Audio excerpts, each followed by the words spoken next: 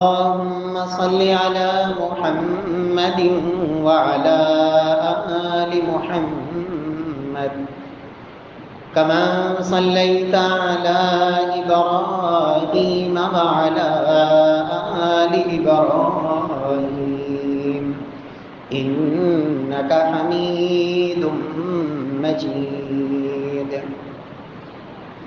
اللهم بارك على محمد وعلى آل محمد كما باركت على إبراهيم وعلى آل إبراهيم إنك حميد مجيد. اللهم انفعنا بما علمتنا وعلمنا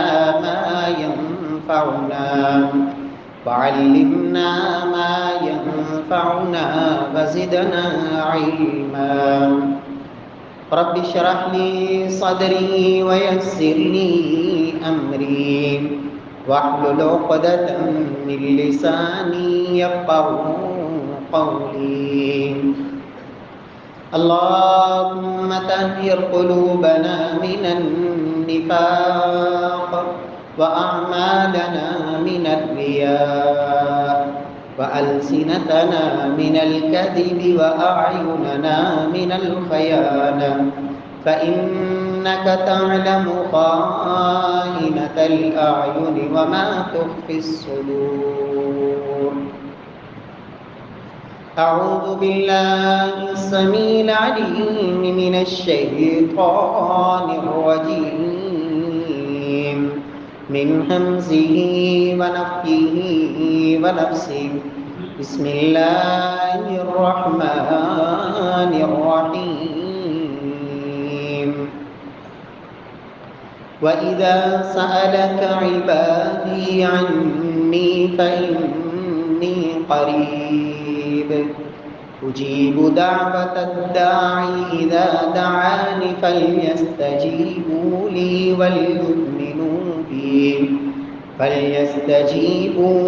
وليؤمنوا بي لعلهم يرشدون.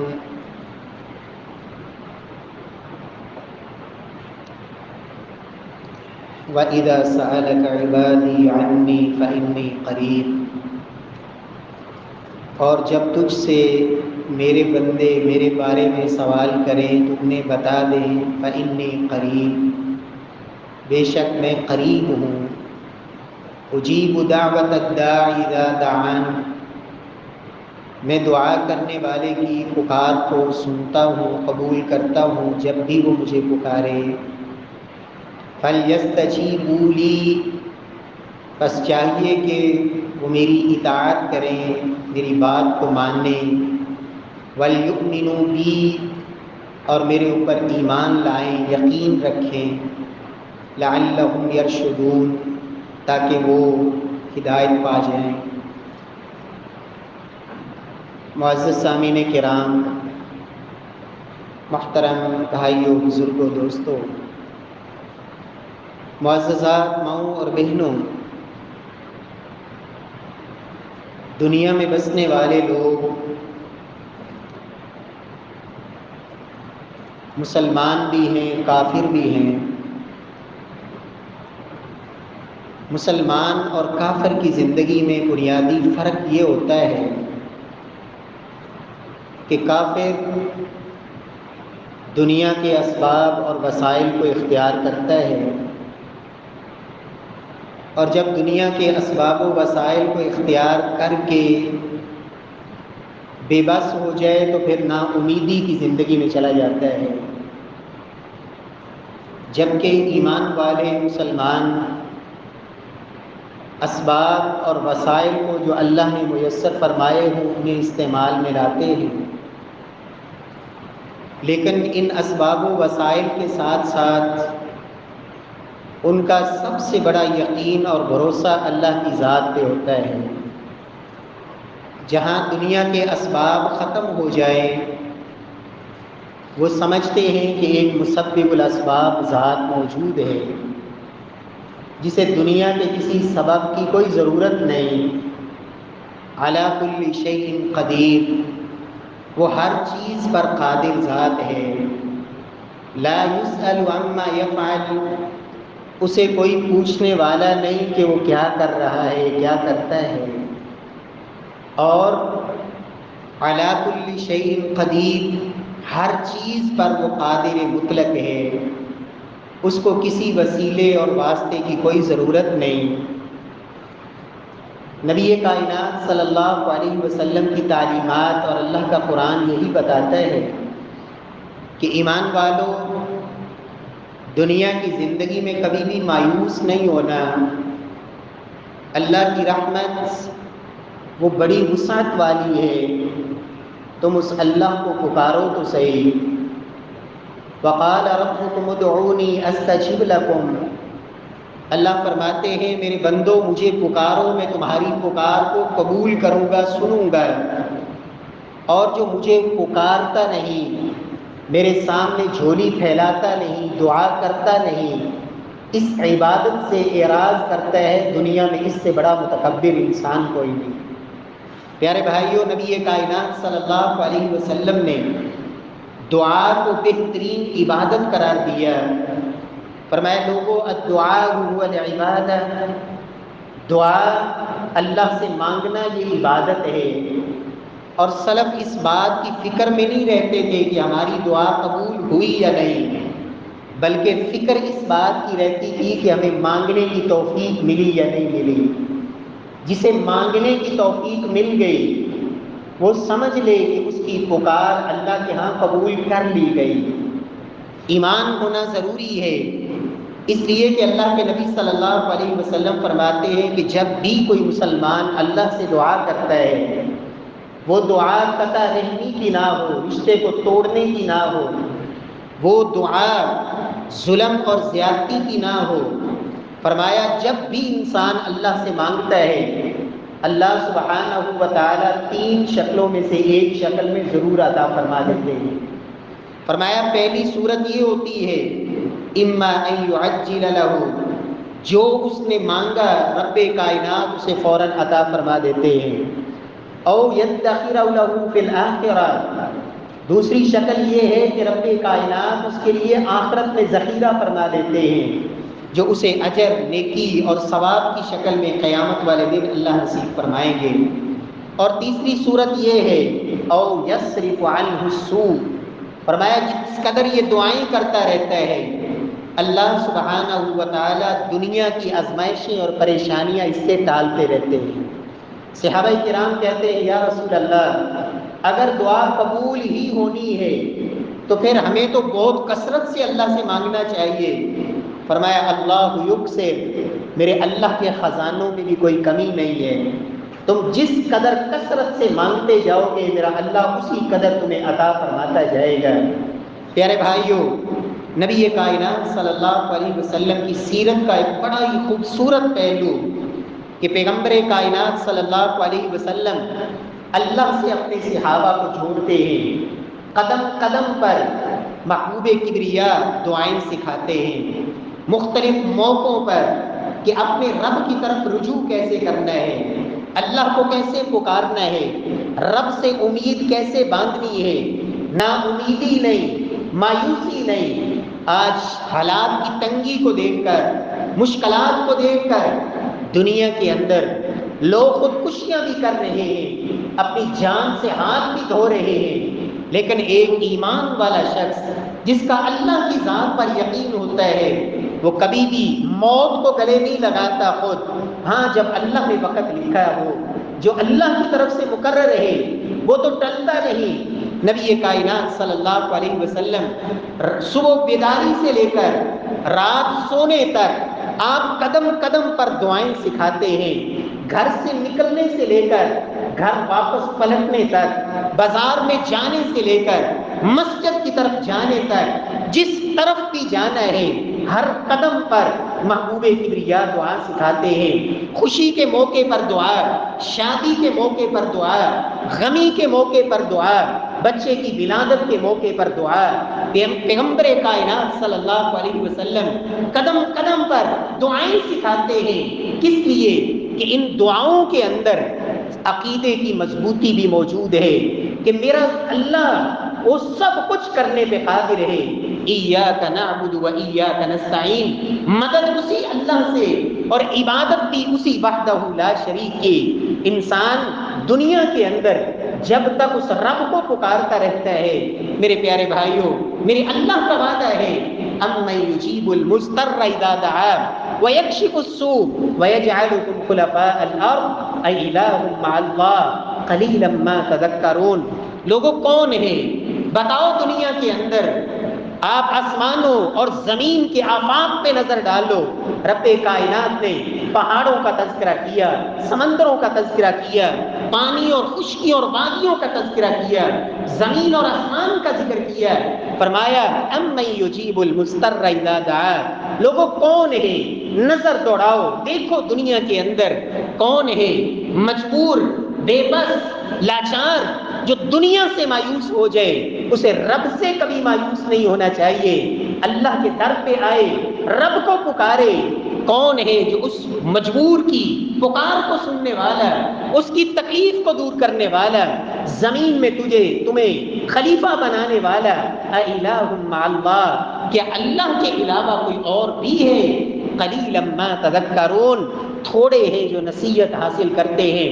لوگوں اللہ کے علاوہ کوئی نہیں۔ محبوب کبریا صلی اللہ علیہ وسلم اپنے صحابہ کرام کو مختلف مسائل کا حل بھی دعاؤں کی شکل میں، پریشانیوں کا حل بھی دعاؤں کی شکل میں۔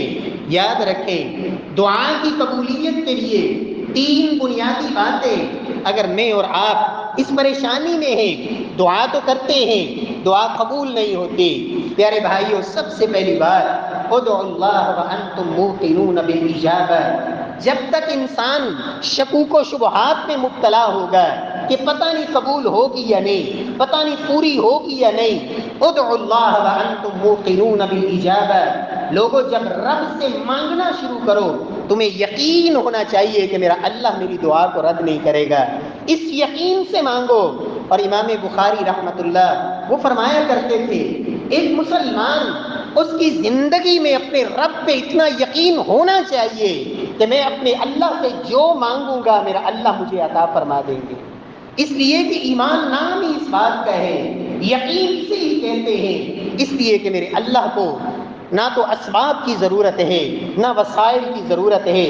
میرا پروردگار وہ چاہے تو نمرود کی آنکھ کے شعلوں سے جناب ابراہیم کو نکال کے دکھا دے، وہ چاہے تو جناب یونس علیہ السلام کو مچھلی کے پیٹ سے، سمندر کی تہوں سے، پانیوں کے اندھیروں سے وہ زندہ نکال لے، اور جناب موسیٰ کو اس فرعون کے گھر کے اندر انا ربکم الاعلی کا خدائی دعوے دار اسی کے گھر میں پرورش کرا کے دکھا دے، اور چھری کے نیچے جناب اسماعیل کی گردن کو کٹنے سے بچا لے، اس لیے کہ میرا اللہ جو چاہے وہ کر سکتا ہے۔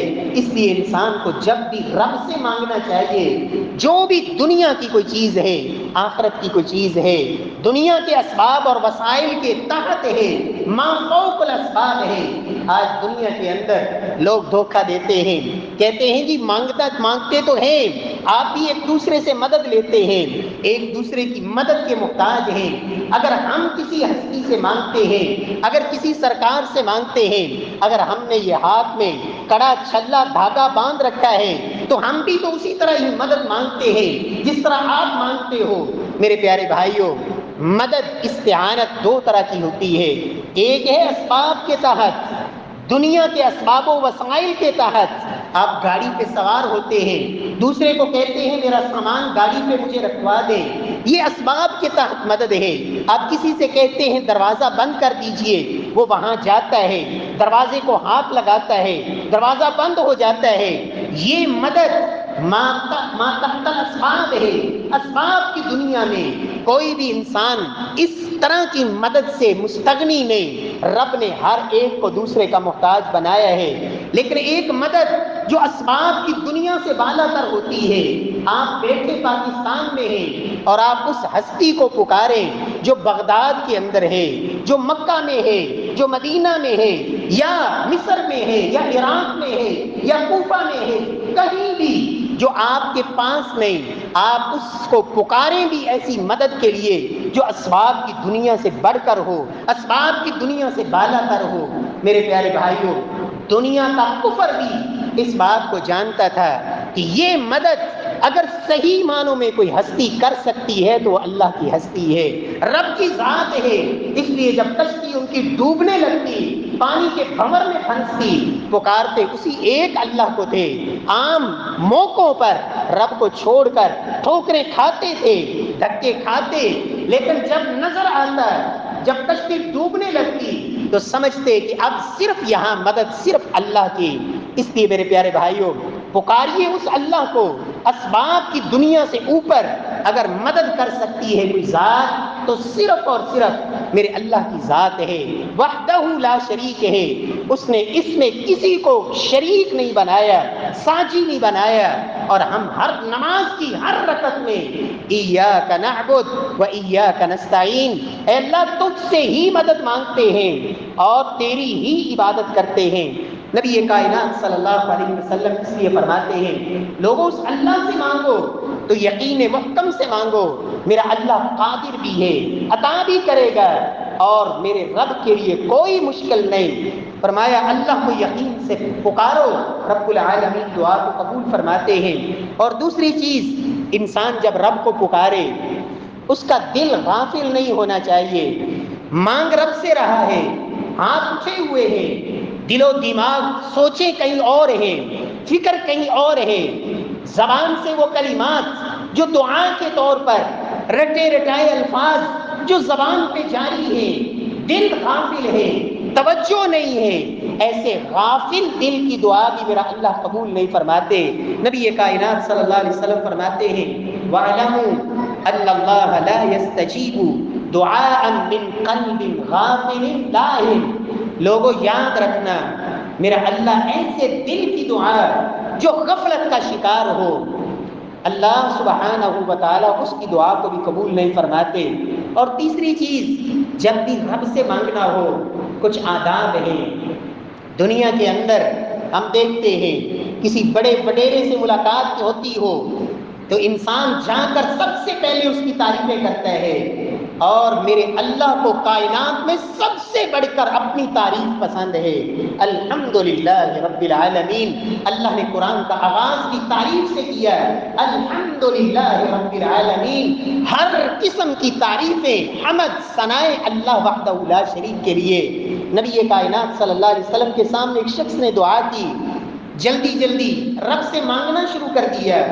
آپ نے فرمایا، اے نمازی تو نے جلدی کی ہے، جب بھی رب سے مانگنا ہو پہلے اللہ کی تعریف کرو، رب کی تعریف کے بول زبان سے وہ ادا کرو، لا الہ الا انت سبحانک انی کنت من الظالمین، الف لام میم، اللہ لا الہ الا هو الحی القیوم، یا ذا الجلال والاکرام، اللہم انی اسألک بأنی اشہد انک انت اللہ لا الہ الا انت الاحد الصمد الذی لم یلد ولم یولد ولم یکن لہ کفوا احد۔ آپ کوئی بھی اللہ کی تعریف کا یہ کلمہ، اور یہ وہ تمام کلمات ہیں جن میں سے ہر کلمے کے بارے میں الگ الگ محبوب کبریا نے فرمایا، جب یہ کلمہ کہہ کے رب سے مانگی جائے دعا، رب کو پکارا جائے تو رب العالمین دعا کو رد نہیں فرماتے۔ اللہ سبحانہ و تعالی ہمیں توفیق دے۔ یا ذا الجلال والاکرام، یا ذا الجود والمن والکرم، انسان اللہ کی تعریف کے کلمات، اور اس کے بعد دوسرے نمبر پر فرمایا محمد مصطفیٰ صلی اللہ علیہ وسلم کی ذات پر درود۔ پہلے اللہ کی تعریف، پھر جناب محمد مصطفیٰ صلی اللہ علیہ وسلم پر درود، اور درود ابراہیمی، نماز والا درود۔ اللہ کے رسول نے خود سکھایا صحابہ کرام کو۔ تشہد میں انسان جب پوری نماز پڑھ کے آخری تشہد میں بیٹھتا ہے، پوری ترتیب ہی یہ ہے، التحیات للہ والصلوات والطیبات، رب کی تعریفات، اللہ کے تعریف کے بول، اور اس کے بعد پھر اللہم صلی علی محمد وعلی آل محمد، یہ درود، اور اس کے بعد پھر اللہ کے نبی فرماتے ہیں اب رب سے جو مانگنا ہے مانگو، اب یہ نماز میں اللہ سے یہ مانگنے کا محل ہے، یہاں رب سے مانگو، جو چاہتے ہو مانگو۔ اللہ سبحانہ و تعالی ہمیں توفیق دے۔ تو دعا کے لیے یہ 3 بنیادی باتیں، یقین سے مانگیں اور پوری توجہ کے ساتھ، یکسوئی کے ساتھ، پوری دل و دماغ کی حاضری کے ساتھ، اور تیسری چیز کہ اللہ کی تعریف اور محمد مصطفیٰ صلی اللہ علیہ وسلم پر درود کے بعد اللہ سے مانگیے، رب کائنات دعاؤں کو قبول فرماتے ہیں۔ پیارے بھائیوں، دنیا کے تمام اسباب کو اختیار کرنا، اسلام اس کے منافی نہیں، آپ اسباب کو اختیار کریں، لیکن ان اسباب کو اختیار کرنے کے ساتھ ساتھ انسان اپنے رب کو نہ بھولے، اللہ سے دعا کرے۔ نبی کائنات صلی اللہ علیہ وسلم نے ہر موقع پہ رب کو پکارنے کا ڈھنگ سکھایا ہے۔ دشمن سامنے ہے، میدان جنگ ہے، تیر تلواریں چل رہی ہیں، وہاں اسباب اپنی قوت اور طاقت کے مطابق اعدوا لهم ما استطعتم من قوة، اللہ نے جو طاقت دی ہے وہ تلواروں کی شکل میں، نیزوں کی شکل میں، یا آج کے جدید اسلحے کی شکل میں اس کو گروہ کار لائیں، لیکن مومن اس کا اصل بھروسہ وہ اللہ کی ذات پہ ہوتا ہے، وہ ان شمشیروں پہ نہیں ہوتا، اسے یقین اللہ کی ذات پہ ہوتا ہے۔ محمد مصطفیٰ صلی اللہ علیہ وسلم میدان بدر کے اندر جب سامنے 1000 کا لشکر، ادھر 313، اللہ کے نبی رب سے دعائیں کر رہے ہیں، اور کیا کہا؟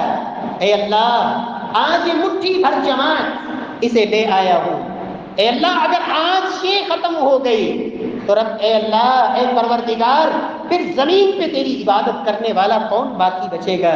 کثرت سے دعائیں کی، اس قدر گڑ گڑا کے دعائیں کی، آپ کی چادر مبارک بھی کندھوں سے گر گئی۔ سیدنا ابو بکر صدیق رضی اللہ تعالی عنہ آتے ہیں اور کہتے ہیں یا رسول اللہ بس کیجئے، آپ نے بہت دعا کر لی۔ میرے پیارے بھائیوں، معلوم ہوا اصل یقین، بھروسہ، اعتماد اللہ کی ذات پر، رب کی ہستی پر۔ اور نبی کائنات صلی اللہ علیہ وسلم فرماتے ہیں کوئی بھی شخص کسی بیماری میں مبتلا ہے، پریشانی میں ہے، اللہ سے دعا کرے۔ کس انداز میں کرے؟ اللہ کے رسول صلی اللہ علیہ وسلم فرماتے ہیں، فرمایا جب کسی بیمار کے پاس جاؤ، یہ ادب سکھایا، تعلیم دی، دعا، کسی بیمار کی تیمارداری کے لیے جانا، بیمار کرسی کے لیے جانا، اور یہ امتیاز اسلام نے سکھایا، یہ میزہ اسلام کا میزہ ہے۔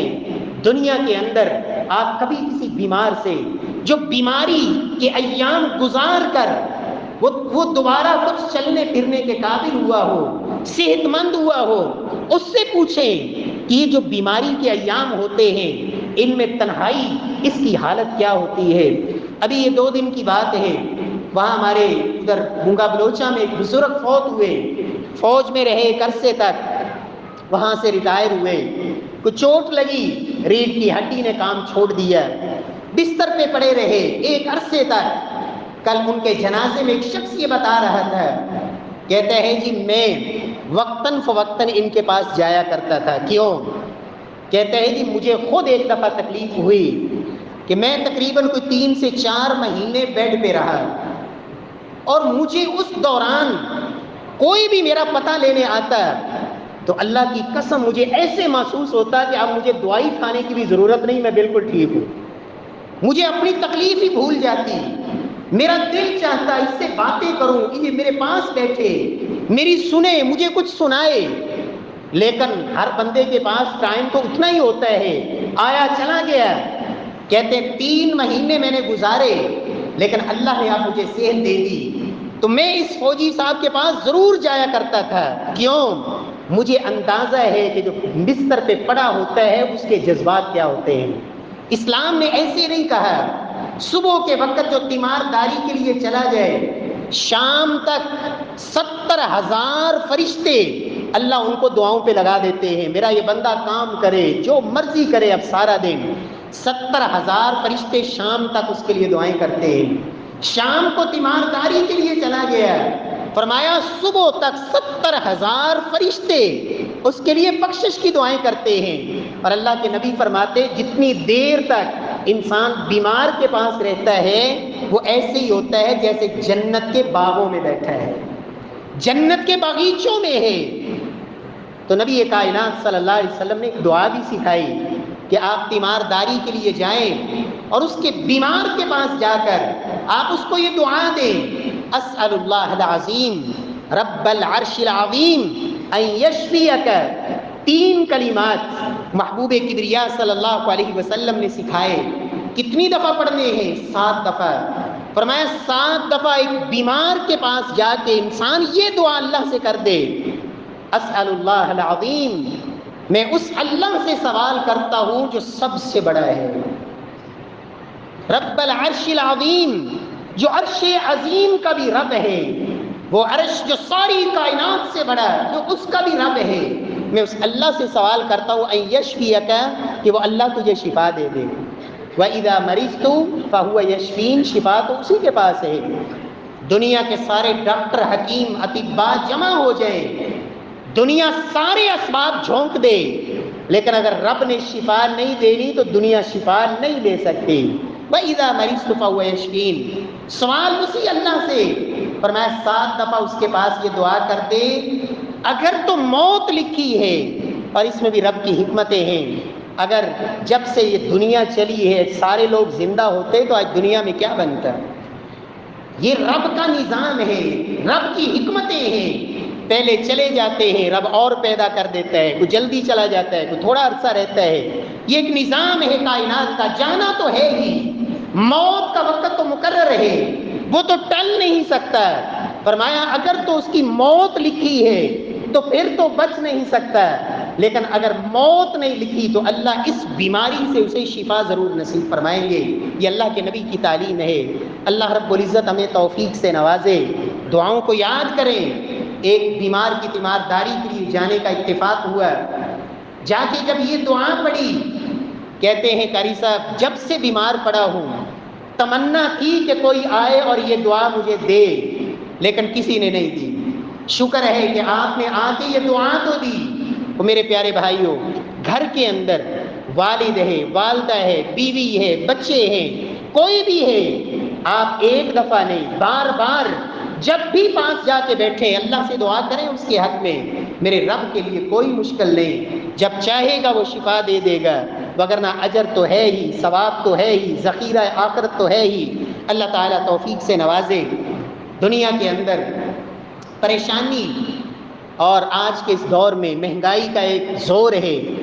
ہر دوسرا بندہ کہتا ہے جی قرض قرض قرض، مقروض. پریشانی، یقیناً پریشانی ہے. القرض مقراض المحبہ. لوگ کہا کرتے تھے لوگوں یہ جو قرض ہے یہ محبت کو کاٹ دینے والی کینچی ہے. اور اللہ کے نبی ہر نماز میں قرض سے پناہ مانگا کرتے تھے. اللہم انی اعوذ بک من المأثم والمغرم. اللہ کے رسول صلی اللہ علیہ وسلم بھی قرض سے پناہ مانگتے. اور اگر کسی کے اوپر قرض ہے، علی المرتضیٰ رضی اللہ تعالی عنہ کے پاس ایک غلام آیا، کہتا ہے امیر المؤمنین قرض کی ادائیگی سے عاجز آ چکا ہوں، بے بس ہو گیا ہوں، آپ میری مدد کیجئے میں قرض ادا کر لوں. تو سیدنا علی فرماتے ہیں میں تمہیں ایک دعا سکھاتا ہوں، اللہ سے وہ دعا کرو اگر سبیر پہاڑ کے برابر بھی تمہارے اوپر قرض ہوگا میرا اللہ وہ قرض بھی اتروا دے گا. دعا کرو اللہم اکفینی بحلالک عن حرامک واغننی بفضلک عمن سواک. اللہم اکفینی بحلالک عن حرامک. اے اللہ جو تو نے مجھے حلال روزی عطا فرمائی ہے اس کے اندر اتنی برکت ڈال دے، اتنی برکت ڈال دے کہ مجھے حرام کی طرف نظر اٹھانے کی بھی ضرورت نہ پیش آئے. اے اللہ میرے حلال کے اندر اتنی برکت ڈال دے. اللہم اکفنی بحلالک عن حرامک. اے اللہ اپنی توفیق سے میرے حلال کو مجھے حرام سے مستغنی کرنے والا بنا دے. واغننی بفضلک. اور اے اللہ اپنے فضل و کرم سے مجھے غنی کر دے عمن سواک. اے اللہ تیرے علاوہ دنیا میں جو مرضی ہے کوئی، اے اللہ اس سب سے مجھے بے پرواہ اور مستغنی کر دے. میں کسی کا ضرورت مند رہوں ہی نہ، صرف اور صرف تیرا محتاج، تیرا ضرورت مند، تجھ سے مانگنے والا. فرمایا یہ دعا پڑھا کرو اللہم اکفنی بحلالک عن حرامک وَأَغْنِنِي بِفَضْلِكَ عَمَّن سِوَاكَ، تو رب العالمین اگر پہاڑوں کے برابر بھی قرض ہوگا تو اللہ اس سے نجات دے دے۔ اللہ ہم سب کو توفیق سے نوازے۔ دنیا میں کوئی بھی غم آ جائے، کسی قسم کی کوئی پریشانی، اور اللہ کے رسول نے ایک دعا وہ بھی سکھائی ہے، فرمایا لوگوں اللہ سے جب کوئی غم میں، پریشانی میں، تنگی میں، تکلیف میں، کسی بھی حالت میں، پریشانی کے عالم میں جب یہ دعا کر لیتا ہے تو اللہ صرف غم کو دور نہیں کرتے بلکہ اللہ اس غم کو خوشی میں تبدیل فرما دیتے۔ اور ذخیرہ حدیث میں واللہ عالم، اللہ بہتر جانتا ہے، لیکن مشائخ سے بھی یہ بات سنی اور خود بھی اپنے مطالعے میں ایسی کوئی اور دعا نہیں گزری جس کے بارے میں اللہ کے نبی نے یہ فرمایا ہو کہ صرف غم ہی دور نہیں ہوتا بلکہ اللہ غم کو خوشی میں بدل دیتے ہیں۔ غم دور کرنے والی تو بے شمار دعائیں، لا الہ الا انت سبحانک انی کنت من الظالمین، کوئی جس مرضی غم میں پڑھ لے اللہ اس غم کو دور کرتے ہیں۔ اسی طرح اللہ اللہ ربی لا اشرک بہ شیئا، اللہ ہی میرا مولا، داتا، مشکل کشا اور حاجت روا ہے، لا اشرک بہ شیئا، اس اللہ کے ساتھ میں کسی کو شریک نہیں بناتا۔ فرمایا یہ غم کو دور کرنے والی دعائیں۔ لیکن ایک دعا، اللہم انی عبدک وابن عبدک وابن امتک ناصیتی بیدک ماض فی حکمک عدل فی قضاؤک اسألک بکل اسم هو لک سمیت به نفسک او انزلتہ فی کتابک او علمتہ احدا من خلقک او استأثرت به فی علم الغیب عندک ان تجعل القرآن العظیم ربیع قلبی ونور صدری وجلاء حزنی وذہاب ہمی وغمی۔ اللہ کے رسول صلی اللہ علیہ وسلم فرماتے ہیں یہ دعا اگرچہ کچھ لمبی ہے لیکن میرے پیارے بھائیو دنیا میں کون سا کام ہے جو میں اور آپ نہیں کر سکتے۔ اصل تڑپ چاہیے، فکر چاہیے، سچی محبت اور جذبہ چاہیے۔ اے اللہ تیرا بندہ ہوں، تیرے بندے کا بیٹا ہوں اور تیری بندی کا بیٹا ہوں، یا اللہ میری پیشانی تیرے قبضے میں ہے، میرے اوپر تیرا آرڈر اور تیرا ہی حکم چلتا ہے۔ اے اللہ تیرا میرے بارے میں جو فیصلہ ہے اے اللہ وہ عدل پہ مبنی ہے۔ اے پروردگار میں تیرے نام کا تجھے وسیلہ دے کے تجھ سے دعا کرتا ہوں، تیرے ہر اس نام کا واسطہ جو تو نے قرآن میں اتارا، اپنے نبی کو سکھایا، تیرے اپنے ہر اس نام کا واسطہ جو دنیا میں تو نے کسی بھی انسان یا جن یا کسی فرشتے کو سکھایا۔ اے اللہ تیرے ہر اس نام کا وسیلہ اور واسطہ جو آج تک تو نے دنیا میں کسی کو بتایا ہی نہیں بلکہ غیب میں اپنے پاس چھپا کے رکھا ہوا ہے۔ اے اللہ تجھ سے مانگتا کیا ہوں، اس قرآن کو میرے سینے کے لیے بہار بنا دے، میرے دکھوں کا علاج بنا دے اور میرے غموں کی نجات کا ذریعہ بنا دے۔ فرمایا یہ دعا انسان اللہ سے مانگے اللہ غموں کو خوشیوں میں بدل دیتے ہیں۔ رب العالمین ہم سب کو توفیق سے نوازے۔ پیارے بھائیوں نبی کائنات صلی اللہ علیہ وسلم نے دعا سکھائی، کسی مصیبت زدہ کو دیکھ کر، کوئی غم میں ہے، پریشانی میں ہے، بیماری کے عالم میں ہے، تکلیف میں ہے، اسے دیکھ کر ایک دعا، الحمدللہ الذی عافانی مما ابتلاک بی وفضلنی علی کثیر ممن خلق تفضیلا۔ ساری تعریفیں اس اللہ کے لیے جس نے مجھے اس تکلیف سے بچا کے رکھا ہوا ہے جس میں کتنے لوگ مبتلا ہیں، جس میں یہ سامنے جو مجھے نظر آیا ہے یہ مبتلا ہے۔ اے اللہ تیرے لیے ساری تعریفیں کہ تو نے مجھے اس سے بچا کے رکھا ہے، اس بیماری اور اس آزمائش سے۔ اور اے اللہ دنیا میں کتنے ایسے لوگ ہیں جو مجھ سے زیادہ پریشانیوں میں ہیں اور تو نے مجھے ان سب سے بہتر کیفیت میں رکھا ہوا ہے، یا اللہ تیرا شکر ہے۔ فرمایا یہ دعا انسان پڑھ لے اللہ جب تک اسے زندہ رکھیں گے اس مرض میں اللہ اسے مبتلا ہونے سے محفوظ رکھیں گے جس میں اسے مبتلا کیا ہو۔ اللہ رب العزت ہمیں یقین محکم نصیب فرمائے، اللہ ہمیں یقین کامل نصیب فرمائے۔ پیارے بھائیوں نبی صلی اللہ علیہ وسلم نے کس کس موقع کی دعا نہیں سکھائی۔ اللہ کے نبی نے تھکاوٹ اتارنے کی دعا سکھائی، انسان تھک جائے، تھکاوٹ کام کاج کی، فرمایا 33 دفعہ سبحان اللہ، 33 دفعہ الحمدللہ، 34 دفعہ اللہ اکبر، رات کو بستر پہ آ کے یہ پڑھ لے اللہ دن بھر کی تھکاوٹیں بھی دور کر دیتے ہیں، اور اللہ کی طرف سے جنت کے وعدے بھی ہیں۔ اللہ ہم سب کو توفیق سے نوازے۔ رضیت باللہ ربا، ہر حالت میں یہ کہتے رہا کریں، اے اللہ دنیا میں کتنے لوگ ہیں جو بتوں کے پجاری، مورتیوں کی پوجا کرنے والے، جانوروں کے سامنے جھکنے والے، درختوں کی پوجا کرنے والے، سورج چاند کے پجاری، آگ کے پجاری۔ رضیت باللہ ربا، اے اللہ میں تیرا پروردگار ہونے پہ راضی ہوں۔ تو نے مجھے موحد بنایا، توحید والا بنایا، شرک سے بچایا، مجھے دنیا کے وسیلے واسطوں میں نہیں ڈالا، در در کی ٹھوکریں اور دھکے کھانے والا نہیں بنایا۔ اے اللہ میں تیرے رب ہونے پہ راضی۔ وبالاسلام دینا، یا اللہ تو نے مجھے یہودی، عیسائی، مجوسی، قبر پرست یا دنیا کے اندر کتنے بھی دنیا میں رب کو چھوڑ کر دیگر ادیان اور مذاہب، دہریہ تک، ملحد تک، اے اللہ تو نے مجھے اسلام جو سب سے پسندیدہ دین ہے تو نے وہ مجھے عطا کر دیا، میں اس پہ راضی ہوں۔